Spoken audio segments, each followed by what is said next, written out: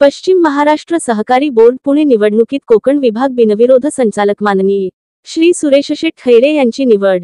रायगड ओवी न्यूज। पश्चिम महाराष्ट्र सहकारी बोर्ड पुणे निवडणुकीत कोकण विभाग बिनविरोध संचालक माननीय श्री सुरेश शेठ खैरे यांची निवड झाली, त्याबद्दल शिर्डीचे माननीय नगराध्यक्ष माननीय श्री गोंदकर साहेब व संगमनेर शेतकी सहकारी संस्थेचे संचालक व मार्केट कमिटी संचालक माननीय श्री विनायक राव काळे यांचेकडून शिर्डी येथे मोठ्या उत्साहात दिव्याभव्य असा सत्कार करण्यात आला आहे।